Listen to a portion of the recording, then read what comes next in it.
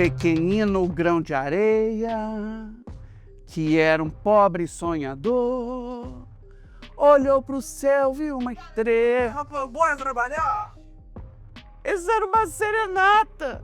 Só que também é uma forma de espantar os males. Lá no século XII, quando eu era pequeno, lá no Morro do Adeus, eu ganhei um disco do Papai Papudo. E tinha uma musiquinha que falava que quando você tem medo, você tem que cantar. Tem a modinha da Disney lá, dê um assobio, que os males se espantam, né? Por todas as razões, e vocês vão entender que razões são essas, o Arena no Set desta semana vai celebrar a força do cinema de horror. A gente está antecipando o 31 de outubro, o Halloween, o Dia das Bruxas, porque sempre nessa época o cinema, a partir de Hollywood, prepara uma leva de longas sobrenaturais e às vezes alguns na leva dos slasher, que é filmes de assassinos, geralmente mascarados ou, enfim, com algum tipo de artifício para esconder a própria cara, mas com lâminas afiadas, que vem de uma tradição lá do Halloween de 1978, do John Carpenter. Essa é a época que bomba, só que a gente está vivendo um momento muito atípico sob vetores históricos de assombrações reais que tem a ver, de um lado, com as várias crises econômicas que nos põem para a lona e, por outro lado, com adversidades bélicas do mundo todo, como o selvagem recrudescimento do conflito no Oriente Médio, Palestina, Israel, enfim, sem contar todas as sequelas lá na Ucrânia, as guerras civis que não são encaradas como civis envolvendo o tráfico. Tudo isso incrementa a percepção artística de que a bruxa está solta. A gente vai entender um pouquinho essa soltura utilizando como referencial estatístico o fenômeno que é A Hora do Mal, uma pequena produção que galopou nas bilheterias com a Julie Garner e o Josh Brolin, se tornou assim um fenômeno de bilheteria num ano que no primeiro semestre o Ryan Coogler celebrou a força das lutas decoloniais, dos combates antirracistas com um filme de vampiro que é o genial Pecadores, quiçá a primeira obra-prima de 2025, sem contar grandes filmes que vieram de festivais internacionais. Já que a gente está falando da maldade encarnada, a gente precisa entender quem são os nossos competidores na arena. De um lado, a gente tem A Hora do Pesadelo, com o sanguinolento Freddy Krueger. Do outro, a gente tem a franquia Invocação do Mal, sobre o casal Ed e Lorraine Warren, cujo quarto tomo está estreando esta semana.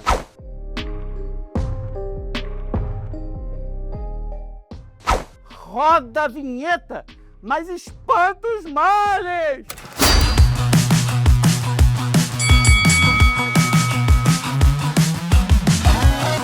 A arte passou do trágico, que é a instância das divindades, nos iluminar o conhecimento, para o drama em que os sofrimentos humanos se atrelam a descobertas do viver. Porém, com o processo de maquinização do mundo, a partir da invenção do desencaroçador de algodão de James Watts, que inaugurou a Revolução Industrial, com um bolsão de miserabilidade inerente ao desemprego que construtos mecânicos como aqueles criaram, surgiu uma massa de desempregados que se aboletou nas franjas, nas suburbes das grandes cidades.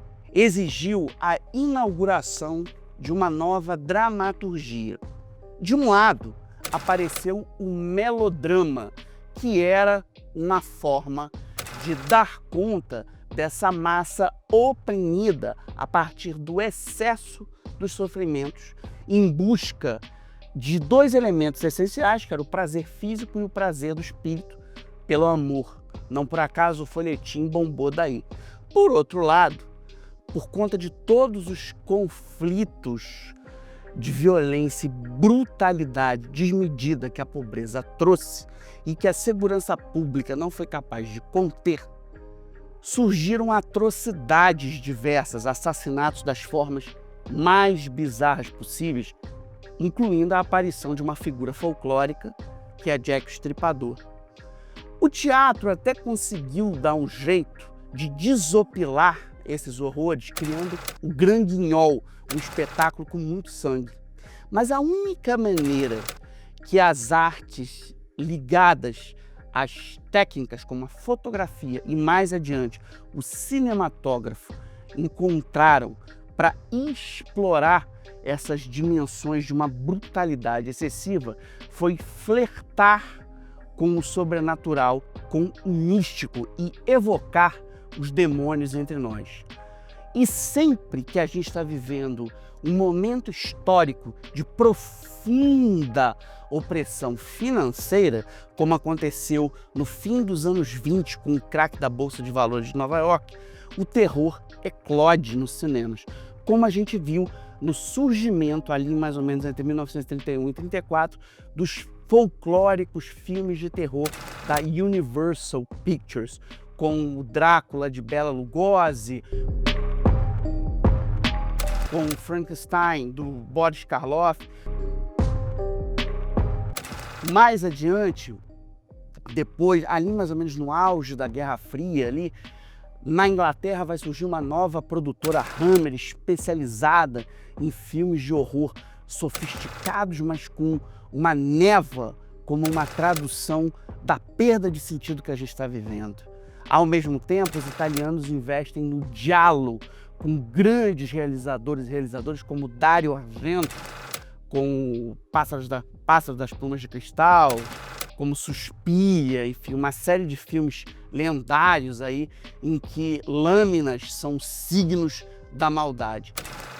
Neste momento que a gente vive uma profunda desarticulação do mundo, no sentido das harmonias, que a gente vive na profunda polarização, o terror eclodiu. Não por acaso a gente está vivendo um fenômeno comercial atrás do outro.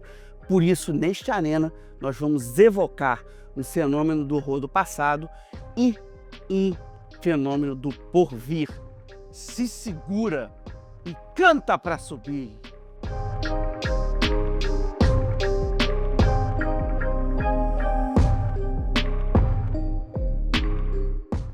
Para assegurar a nossa proteção nesse Arena, eu trouxe o meu amiguinho Paddington, até para ele não ficar sozinho e acompanhar a gente nessa incursão pelas veredas do além.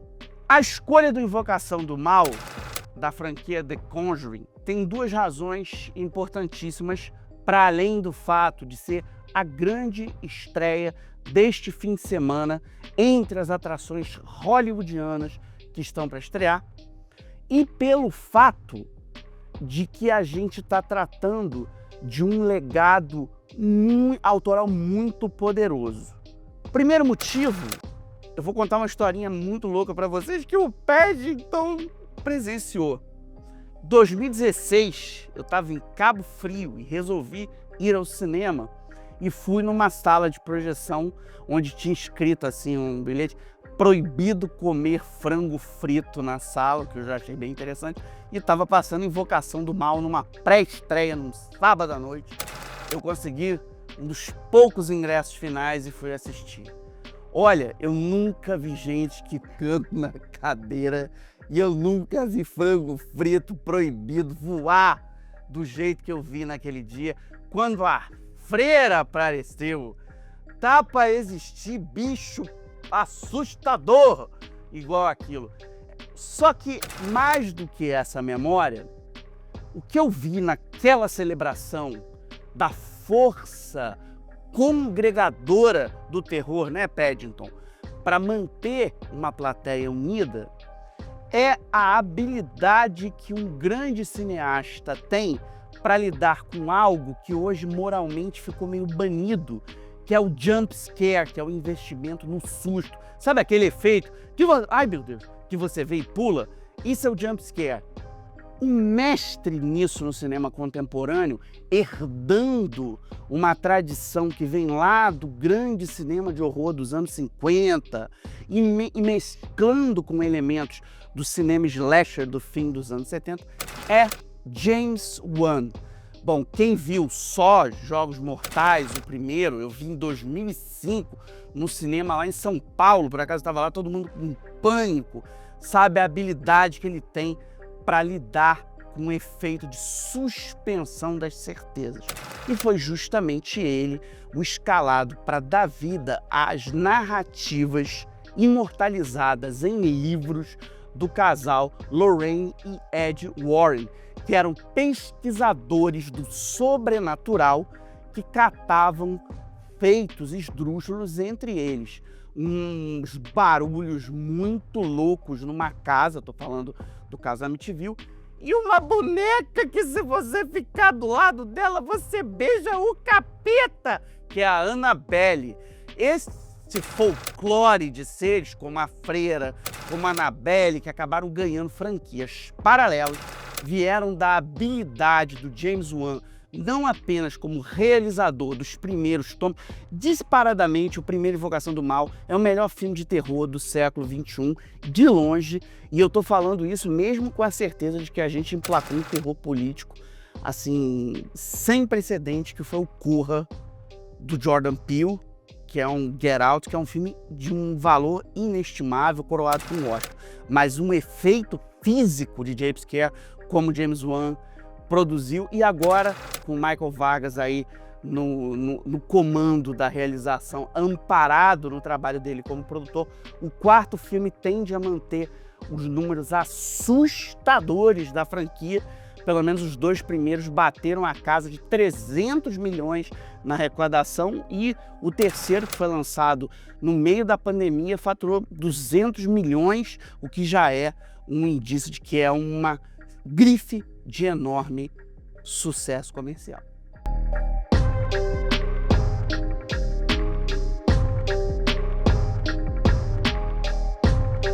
Todo dia é sexta-feira, toda hora é meia-noite.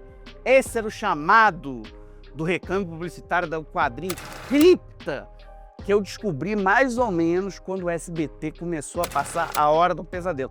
Paddington, esse você não tem como ver.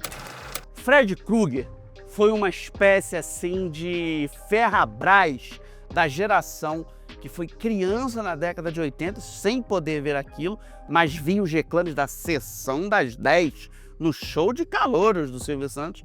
E nos anos 90, a gente teve a oportunidade de ver pelo menos um filme magnífico, além do Fred versus Jason, que era um Hora do Pesadelo, o Pesadelo Final, que era um exercício de metalinguagem, um dos filmes mais inteligentes que eu já vi em termos de roteiro. O Fred Krueger se tornou uma criatura emblemática. Eu acho que se por um lado o James Wan, lá na série, na franquia Conjuring, conseguiu criar uma série de criaturas como a Freira, como a Annabelle, cristalizar criaturas que vinham da literatura do casal Warren, um diretor Wes Craven, que era um realizador autoralíssimo das veredas do assombro, das beiradas do pavor, conseguiu meio que encarnar toda a desesperança da década de 80 na figura do Fred Krueger, que surge ali em 84. Assim, o Fred Krueger dá um balé na concorrência. O primeiro filme custou 1 milhão. Sabe quanto ele faturou? 57 milhões. Bota lucro nisso. Eu não sei se vocês sabem, mas a quantificação de lucro do cinema, ela se dá a partir do momento que um filme fatura 3 vezes aquilo que ele custou. Então, assim, se o filme custou 1 milhão, ele só passa a ser considerado como um filme que dá lucro depois que ele passa de 3 milhões. Essa é a conta. Se o filme A Hora do Pesadelo custou 1, faturou 57, Olha a margem de lucro que a New Line não teve naquela época. Não por acaso o Freddy Krueger baixou entre nós outras vezes. A gente está falando da história de um infanticida que morre queimado por conta de uma mobilização de paz. O espírito dele regressa através dos pesadelos, do sonhar de jovens que estiveram ligados aos tais pais que o incendiaram. Ele volta com a cara toda queimada, com uma manopla, com garras afiadíssimas, encarnado no excepcional ator Robert Englund, que raramente teve uma chance de brilhar com sua cara sem estar maquiada, como muitos grandes atores que viveram, por exemplo, o Darth Vader, o Chewbacca, enfim, isso acontece no cinema, mas esses atores acabam posteriormente eternizados na cultura pop. O que eu acho mais interessante em relação a esse combate que a gente está falando hoje é que a gente está fazendo um embate entre grifes autorais, do de ontem e de hoje. O James Wan é um realizador que, mesmo tendo flertado com outras narrativas, como por exemplo o Aquaman com Jason Momoa, em que ele foi conversar com os quadrinhos, mas sem abrir mão das profundezas ainda aqui do mar. Por outro lado, a gente tem o Wes Craven, que também flertou com os quadrinhos numa adaptação do Monstro do Pântano. Mas de tudo que ele fez, inclusive Scream, a franquia Pânico, nada chega aos pés das garras do Freddy Krueger. Quem será que ganha? Quem será que ganha o nosso combate de hoje? Vamos passar em revista para entender quem vai ganhar. Eu tô sentindo uma energia aqui. Invocação do mal! Eita! Epa, rei! A hora do pesadelo! Que isso, gente? Toca, Raul! Aí já avacalhou a parada, né? Seguinte, galera. Eu não tenho como falar de filme de terror sem pedir para vocês assistirem toda a obra do mestre José Mojica Marins, o Zé do Caixão. Mas antes de a gente celebrar esse grande mestre, eu tive a honra de ir no set lá do Encarnação do Demônio, numa sequência que ele estava filmando em cima de uma pedra, era no Ibirapuera. Ele tinha que falar assim: "E você não vai pisar na minha tumba". Aí ele começou a repetir: "Na minha tumba, na minha tumba". Caiu, meu querido Mojica, mas a gente conseguiu salvá-lo. Eu nunca esquecerei dessa memória. E assim como eu espero que vocês não esqueçam de Invocação do Mal, o hit final, quarto tomo, vai estrear nesta quinta-feira, com a promessa de se tornar uma das grandes bilheterias do ano, consagrando a força do terror. Enquanto eu estava analisando, eu calçando as luvas aqui, eu estava pensando que é impossível a gente celebrar essa franquia sem entender o desempenho extraordinário da atriz Vera Farmiga no papel de Lorraine Warren. E a gente tem o Patrick Wilson ali também, igualmente entregue às narrativas, e o James Wan de novo na produção. Então, cinema no cinema. A gente está chegando ao fim de mais uma Arena, já que esse Arena teve essa alma do outro mundo. Vou convidar todo mundo aqui para correr atrás dos trabalhos do grande bamba do quadrinho brasileiro, Júlio Shimamoto. Tá saindo um álbum novo, uma espécie de coletânea de quadrinhos dele aí, Terror e Sangue, Sangue e Terror, é um material muito bom.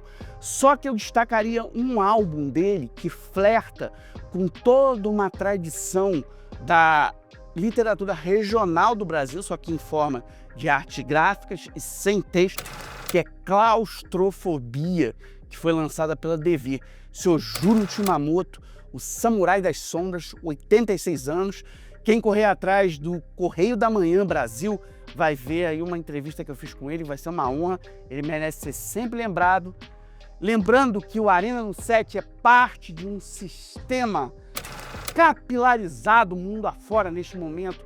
O nosso fantástico garoto prodígio, que é Gustavo Valente, está na terra das gôndolas, em cima de um vaporeto, conferindo os concorrentes ao Leão de Ouro de 2025, cobrindo para o programa Momento Crítico. A gente tem dicas de dorama, a gente tem dicas de grandes realizadores e realizadoras, playlist, tem de tudo. Isso aqui é um empório cinematográfico, só que não é o quinto dos internos. Onde está o Fred Krueger? Salve o cinema! Levaram meu Paddington!